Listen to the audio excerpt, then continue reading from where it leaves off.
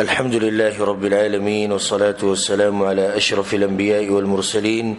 نبينا محمد وعلى آله وصحبه أجمعين. أما بعد،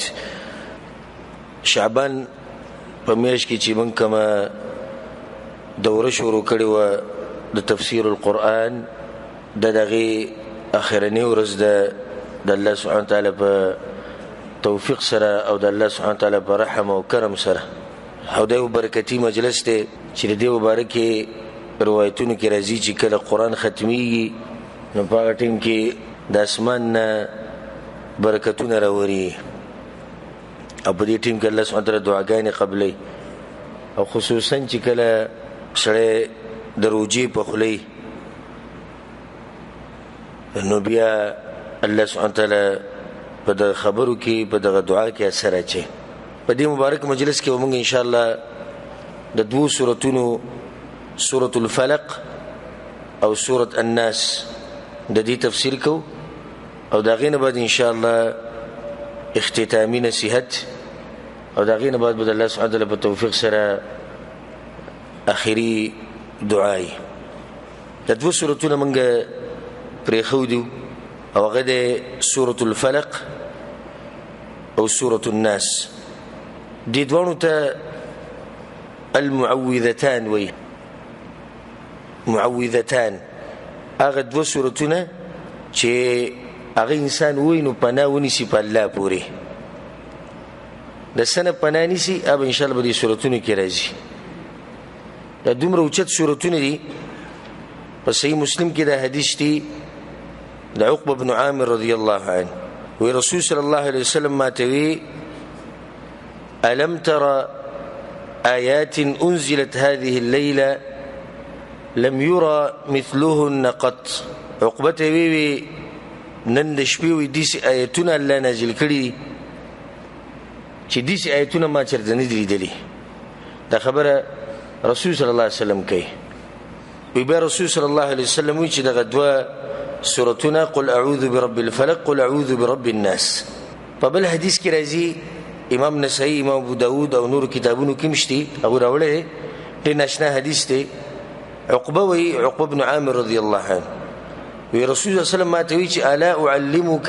سورتين من خير سورتين قرأ بهما الناس. ما وی رسول الله ما ته وی چې دوه دي سورتونه د تونه خیمه چې هغه غوره سورتونه دي چې خلکو ویلي. ما ته چې بلا یا رسول الله ولي نو خیرت. فأقرأني رسول الله د دوه سورتونه ولوستو، قل اعوذ برب الفلق او قل اعوذ برب الناس. ثم اقيمت الصلاه، بیا منظر پر اقامت شو، فتقدم النبي صلى الله عليه وسلم، رسول الله امامتي ته ورمخ شو، فقرأ بهما، نبی دغه دمنو سورتونه وی په جمع کې دغه وی چې کله موږ ختم شو، ثم مر بي په ما باندې را تیرې دو رسول الله صلی الله عليه وسلم، ما ته وی چې کیف رأيت يا عقيب، خبره پوه شو کنه د څومره اوچت سورتونه دي. ما چې یا رسول الله ما ته وی چې درېمه خبره ته بل کومه چې اقرأ بهما كلما نمت وكلما قمت. کله چې د کېږي د دوه سورتونه وای چې را پاسې د دوه سورتونه وای. حدیث کې راځي چې رسول الله صلی الله علیه وسلم به او د کېدو نو د دوه سورتونه دا به وی، او بیا به په خپل لاس کې چوف کړو، او بیا په ټول بدن باندې راخ کودو. دا کار به رسول الله درې پیری کو. دغه شان حدیث کې درځي چې سحر ماخام سحر بم د دې دریو سورتونو چې وسره قل هو الله احد کې د دې تلاوت بکې درې پیری به وي، او ماخام به هم درې پیری وي. امام نسائی دا حدیث راوړی دی د ابن عابس رضی الله عنه. هغه رسول صلی الله علیه وسلم چې یا ابن عابس، اې د عابس ویا، الا ادلك بافضل ما يتعوذ به المتعوذون. ته هغه دوه سورتونه ونه خیمه چې کڅوک پناه غواړي نو د دې په شان غوره پناه چانه د غوښتلې. وی چې رسول الله ولې نو وی خیرت. وی رسول الله صلی الله علیه وسلم چې قل اعوذ برب الفلق او قل اعوذ برب الناس. عائشه رضی الله عنها حدیث دی، وی ان النبي صلی الله علیه وسلم كان اذا اشتكى، رسول صلی الله علیه وسلم باندې چې کله به بیماری رااله، يقرأ على نفسه بالمعوذتين، نو رسول سم به د دوه سورتونه په ځان باندې وي وینفث او به چوف کړو. په خپل بدن باندې مې چوف کړو. دا حدیث امام بخاری، امام ابو داود، امام نسائی راوړی. ابو سعید الخدری رضی الله عنه روایت ته چې رسول صلی الله علیه وسلم به چې کله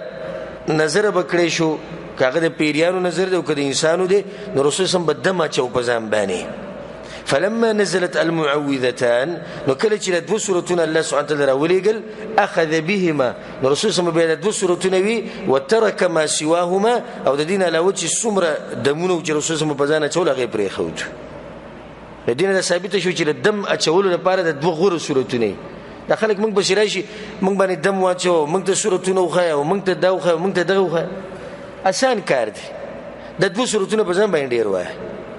د دوه سورتونه په ځان باندې وای او په کوم ځای چې د تکلیفي په هغه ځای باندې لاس راکاګه او بیا په اخر کې په ځان باندې چوف کول هم شي. د عائشہ رضی الله عنها حدیث ته په صحیح بخاری کې چې په رسول صلی الله علیه وسلم باندې يهوديانو جادو کړو. لبید ابن الاعصم اليهودي هغه په رسول صلی الله علیه وسلم باندې جادو کړو. اگر کنن سبب باز نام نهاد مولیان چې د علم په خوام نه تلی هغه په صحیح بخاری باندې اعتراضات کوي او ځان ته غړ خلک وي زموږ په پاکستان او افغانستان کې د خلکو غټ مقام دي خو عوام دي. د دې عوامو ته زدا وایم چې یو خبره یاد ساتئ چې کله تاسو سو کولیدو چې تاسو په قرآن اعتراض کو او کله چې تاسو سو کولیدو چې په صحیح بخاری او په صحیح مسلم اعتراض کو نو پوه شئ چې دا سړی بیمار دی د نزان لري ساتئ. نن سبب باز نام نهاد مولیان چې د امام بخاری دا نوم ویل ولم صحیح نه ورزي چې امام بخاری پوره نوم څه دی او دې به اعتراضات کوي د امام بخاری په روایتو باندې، اعتراضات وکړي د امام بخاری په حدیثونو باندې، د امام مسلم په حدیثونو باندې. او د دومره سره تقریبا 1200 کال تیر شو او د امت کې غټ علما راغلي دي، غټ علما هغه کې دومره جرأت نو چې دوی باندې اعتراض کړي. او سره پاسه 1400 کال بعد یو مولا رضی چې عربي جبه ولم صحیح نه ورزي او غي اعتراضات کوي د صحیح بخاری په حدیثونو باندې او د صحیح مسلم په حدیثونو باندې. نه کوم سړی چې صحیح بخاری په مسلم صحیح بخاری په حدیثونو صحیح مسلم په حدیثونو اعتراض کوي پوه شي چې دا سړی څه دی دا بیمار دی. دنه بزن لري ساتي ځکه چې د امت اتفاق دی په دی باندې چې د الله د کتاب نه بعد غوره کتابونه او صحیح کتابونه کوم یو دي صحیح بخاری او صحیح مسلم. په صحیح بخاری کې د حدیث ته اگر که بعض خلک په دې باندې اعتراضات کوي خو چې څوک په دې باندې اعتراضات کوي نو هغه په کور کې چې کوم خر ولاړ دی دغه غټ قمه قلې د په صحیح سند سره نقل باندې مرغلي د عقل منی پر رسول سم باندې جادو شیو او د جادو دي چې جادو چې د رسول سم په خیالات او اثر کړو نور سنو. عائشہ رناوی چې رسول سم یو کار نو کړي او دې څه وو د ښکاریدل کدی چې کړي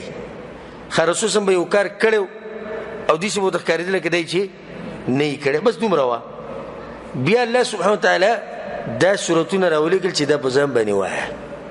د جادو د ختمولو لپاره خپل علاج دی. لنډه دا چې بیا هغه جادو رسول سم ته خو شو په یو کوی کې پروتو او رسول سم دا غزینه جادو راوستو. عائشہ رضی الله عنها چې رسول الله ته د خلک ولې نه رانیول چې جادو کړي د جادو دی راخاره کړي. نو عائشہ رضی الله چې ما رسول سم ماته وی چې زنه غواړم چې په خلکو کې نور د شر خور شي او د جادوګران په کې خورش دغه د پاره رسول سم د شر د ختمولو لپاره د خلکو ته سزا هغه ورنکړه. نه د دومره اوچت سورتونه دي. اعوذ بالله من الشیطان الرجیم بسم الله الرحمن الرحیم قل اعوذ برب الفلق توایا پناغوارم برب د سبا پوری. د سورة الفلق ده او دا مکی سورتونه دي په دې کې 15 آیتونه دي او درته یو ناشنا فائدې ذکر کړم چې د قران په اخره کې د دوه سورتونه راځي. دغه وجه ده چې انسان تا خو د قران پوره ووریدو اوس به ته په دې باندې عمل کې او چې کله ته په دې باندې عمل کې نو په انسانانو کې او په پیریانو کې بستړي دشمنان پیدا کیږي نو دا غوینه د بچ کېدو لپاره د دوه سورتونه به ډیر وای. دا به یو ناشنا فائدہ ده. د دې لپاره د دوه سورتونه په اخره کې قل اوایت خطاب پیغمبر ته دی اعوذ برب الفلق پناه غواړم په رب د سبا پورې رب د سبا الله سبحانه وتعالى فلق شلون کې یعنی شپه وشلي کې دغه نه سحر روزي بعض علما وی په دې کې د هر هغه شی ته اشاره ده چې هغه شلیدون کې دی که بوټي دی که شپه ده ورځ ده چې بل شي نه روزي نقول اعوذ برب الفلق تو پناه غواړم په رب د سبا پورې د پناه غوښته دي ته وی چې ته د یو زورور شي په مقابله کې ته خپل کمزوري سني شي کوله نو د یو زورور ذات نه مرسته غواړي چې ته ما بچ کړې دی نه دا په دوه قسمه ده یو جایز ده د مخلوقاتو نه غوښته او دویم د مخلوقاتو نه غوښته کفر او شرک ده کوم چې جایز ده غدا چې د مخلوقاتو به زور رسي لکه مثال کې ته د چا سره د جنگ وکړو او ته وਹੀ او ته وجني او ته کمزورې ته د خپل دفاع نشي کوله او ته په کلی او په علاقه کې د دې سړي خواله ورشي چې هغه زور وري دم پناه غوښته دي کنه نه دا جایز دی ولې جایز دی ځکه چې مخلوق په دې باندې قادر دی او چې کله به قادر نه لکه د پیریانو پوری پنانی او ملائکو پوری غیر الله پوری دا کم چې دي صوفیو او د بریلیانو د دي نو دا شرک دی د کی شک نشته من شر ما خلق د شر دا غسنه چې پیدا کړی دی هغه عام خبر وشو چې الله ز پناه غواړم پر رب د سبا پوری خپناه د سنه غواړي وې د هر هغه شی د شر نه چې تا پیدا کړی دی الله عام خبره شو الله چې کوم مخلوق پیدا کړی خو ډیر مخلوق دی قسمه قسم مخلوق دی نو په بازو کې قسمه قسم شرونه پراته دي دا غوې د شر نه تا پناه وغوښته ومن شر غاسق اذا وقب او د شر د تیارې د شپې نه هر کله چې خورشي پشپ کې ډیر نقصانات او د شپې د شرونه ډیر خوري نو ځکه وی چې زه پناه نیسم د سنه د شر د تیارې د شپې نه د شپې چې دا کله تیار خورشي کنه نو پیریان زناور ډاکوان قسمه قسم شرونه چې د مخورش نو ځکه پناه وخت به دی پوره د دینه ومن شر النفاثات في العقد او د شر د پکو کوونکو نه بغټو کې د شر د پکو کوونکو نه بغټو کې دا کوډګر او جادوګران دي چې غوټه کوي باغې باندې پوکې کوي بیا بل غوټه جوړي بیا پوکې کوي بیا بل جوړي بیا پوکې کوي نو دیږي کتاب پناه وخته د سنه د جادوګر د شر نه جادوګر د غټ شری انسان دی ځکه خو د جادوګر سزا څه ده ضربه بالسيف د توري گزار دی چې دنه سر جدا شي چې کله اسلامی قانوني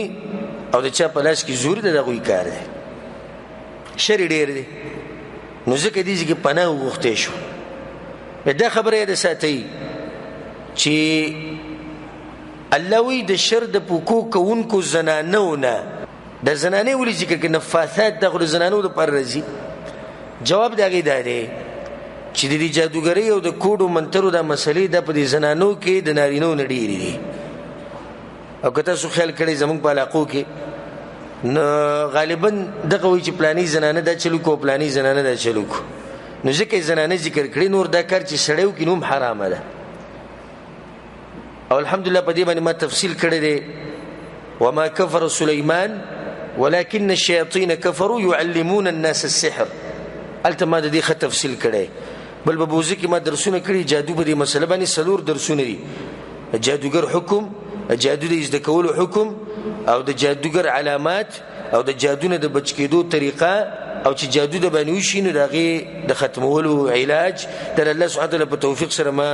په بوزي کې چې نه بیان کړي خودلته یو فائدې د ذکر کما اهمه فائدہ زمونږ په دې ملک کې باز خلک دي او زمونږ د ملکونه اچار دي هر فرقه ته دلته ملوي باز په کې هغه دي چې جادو نه انکار کوي وی جادو اثر بالکل نه کوي. موږ دا وایو چې جادو اثر کوي د الله په حکم سره. هغه باندې ما دلیل پیش کړی د سوره بقره کې. خو دلته دغه یو دلیل یاد ساته چې الله دې کې موږ ته داخلي چې تاسو دې سوایي چې الله ز پناني سم پتا پوری د جادوګر د شر نه، نو چې اثر نه کوي نو بیا پناه ولې غواړي په الله پوری. پرې خبره ورسېدې کنه چې اثر پکې نه وي نو بیا خو الله ولعیاذ بالله ته پالتو خبره کوي. یو شی اثر نه کوي، یو شی اثر نه کوي، نو بیا ولې الله سبحانه وتعالی وایي چې تاسو پناه غواړئ د دې د شر نه؟ دلیل له بدی باندې چې جادو د الله په حکم سره اثر کوي او چې الله نه غواړي اثر نه کوي. ومن شر حاسد اذا حسد، او د شر د حسد کوونکی نه کله چې حسد ښکار کوي. دا حسد ډیر خطرناک بیماری ده او د دې مبارک الحمدلله په دې پوره دوره تفسیر کې موږ زه په زه تفصیل کړي او الحمدلله زما په دې باندې یو بیان مشتي چې بوزه کې ما کړي د حسد نقصانات او د غینې د بچ کېدو طریقه. حسد هغه اولنی ګناه د چې اسمانونو کې شوی ده. چا کړی و؟ ابلیس د حسد د لاس آدم علیه السلام ته سجده نه لګولې او د دې حسد د لاس اولنی قتل د ځمکې به د مخ باندې شوی چې هغه د آدم علیه السلام د زامنو په منځ کې چې کومه واقعه راغلې وه په سورة المائده کې موږ څه تېره شوې دا هغه هم د حسد د لاسه د یو د بل سره حسد وکړو. یوسف علیه السلام غریب ولړزېد، د پلار نظر یې پکې ختم شو، قسمه قسم سختې او تکلیفونه راغلي، دا ټول د څه د لاسه؟ د حسد د لاسه. د یوسف علیه السلام چې هغوی د کوی ته غزارو نو دیم د حسد د لاسه غزارو کړ. نو حسد هغه خطرناکه بیماری ده، د دې نه ځان لرې ساتئ. خو دې کې وګوره داسې نه دی چې د شر د حسد کوونکي نه ما بچ ساته. وی د شر د حسد کوونکي نه کله چې حسد راښکاره کړي نه حسد ګوره چې سړی حسد کوي دی په دوه قسمه. یو هغه دی چې حسد یې په زړه کې ساتلی ارمان چې د دې پلاني په شان مال زما سره مو او د ده سره نه وي. دا صرف په کوم ځای کې دا خبره په زړه کې ده، نه دې په ځان ته نقصان ورکوي. او ځکه زه دې ملګرو ته اکثر دا وایم زه ما د حسدګر په شان قمقل سړی چېرته نه دی لیدلی. غټ قمقل سړی دی. اولنۍ خبره خو دا ده چې په الله باندې اعتراض کوي، د دې د لاسه قمقل دی. دا نعمتونه خو هغه الله ورکړي. دویمه ده دی په کور کې پروت دی د شپې او هغه بل هم پروت دی کور کې، حکم چې مالدار دی هغه ښه بېغمه پروت دی خڼارې کوي او دی په دې سوچ کې دی چې ولې د هغه سره ګاډی دی، ولې د هغه سره کور دی، ولې د هغه سره دا دی، ولې دا دی، ولې دغه دی. خوب یې ونه شو، سوچونه ډېر شو، د دې لاسه معده خرابه شوه، بیماریانې پرې راغلې او هغه بل خبرېږي دی هغه بېغمه پروت دی. د په شان قمقل چېرته تاسو لیدلی په دنیا کې کم نعمت چې ورسره دی د هغې نه محرومه شو. خوا کې ورسره ښځه پرته ده دی ته بېغمه دی، بچي دی چې دی راوخواله ورشي د هغوی نه بېغمه دی، پسته تولهیي د هغې نه فایده وانغسته. دا کم نعمتونه چې الله ورکړي دي د هغې نه محروم. دا خو پرېږدي چې د بل لاره والي خپلو نه به یې څه شو؟ د خپلو نه محرومه شو. دویم هغه حسد دی چې یو سړی په زړه کې حسد راولي او بیا کوشش کوي د دې خبرې د پوره کولو. لکه اوس تا سره مال ډېر دی، یو سړی تا سره حسد کوي چې ولې تا سره مال دی او کوشش کوي چې دا مال تا نه ختم شي او ته خراب شي، ستا حالات کمزوري شي. دا حسد نقصانی دی. نو ځکه دې ځکه وي د شر د حسد کوونکي نه کله چې حسد راښکاره کړي چې په زړه کې ساتلی خو ساتي دي، په زړه کې خپل ځان خرابوي، خپل ځان خرابوي، او چې راښکاره کړي دا نقصانی دی. بیا په دې حسد کې یو قسم دی چې هغې ته غبطه ویلی کېږي، الغبطه. او غبطه ترجمه به انشاءالله دا یي په پښتو کې پسخېدل. او د دې دا مطلب دی چې ته د یو سړي سره نعمت وینې او ته ارمان وکړي چې ارمان ما سره هم دي شوی.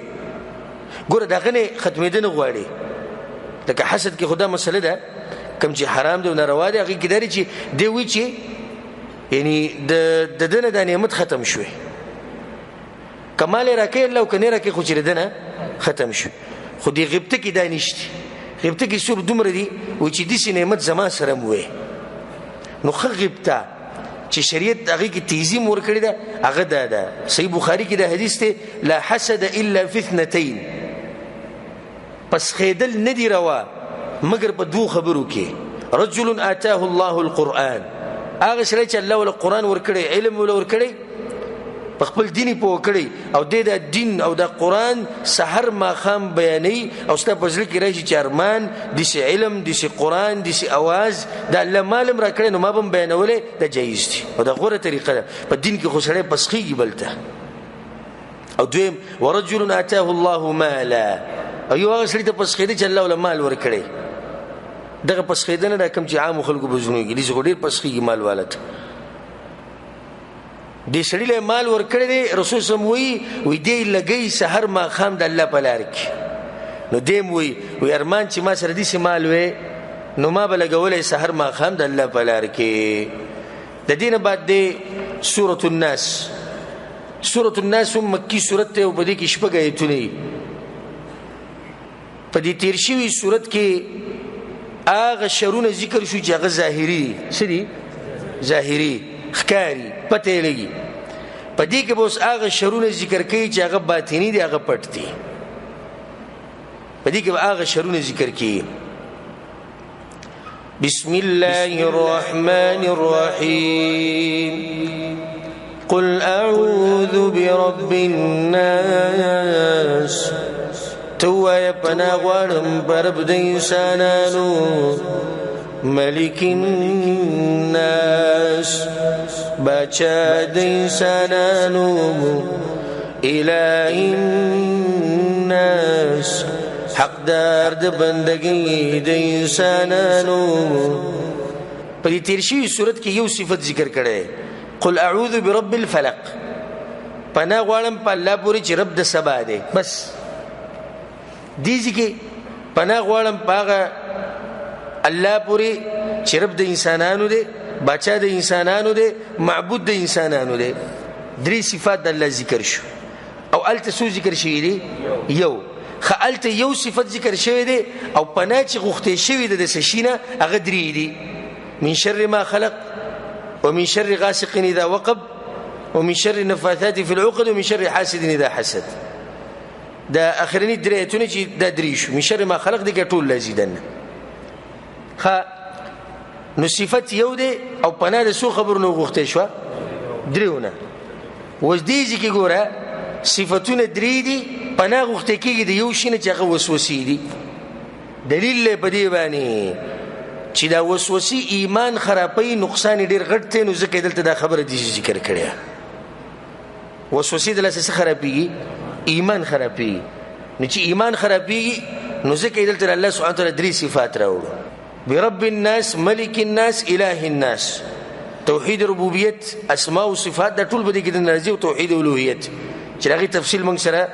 په دې دوره کې تیر شوی من شر الوسواس الخناس د شر د وسوسو چونکې نه چې پټېدونکی دی الخناس چې پټېدونکی دی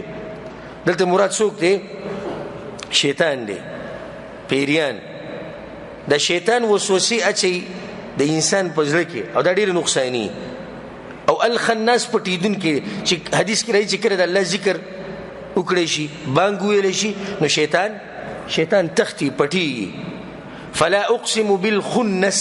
ستورو باندې الله قسم کړي پټي ورکی نه دغه شندل تر خناس مطلب داري هغه پیریان هغه شیطانان چې وسوسې اچي او بیا پټي الذي يوسوس في صدور الناس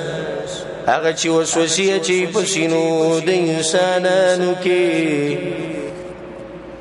او دا خطرناک وسوسه ده واستموي چې په دې سینې کې وته ورچي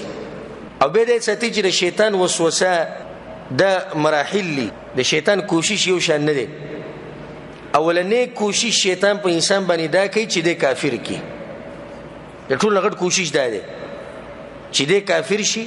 یا مشرک شي او د عقیده شي خراب شي دا ولنې کوشش دی کبه دې کې کامیاب نشو نو بیا به کوشش کوي چې پتا باندې بدعات او خرافات شروع کی په دین کې نوي کارونه د به دغه نه لک کمزورې په نقصان کې کبه دې کې کامیاب نشو نو بیا به کوشش کوي چې تا په غټو ګناونو کې اخته کی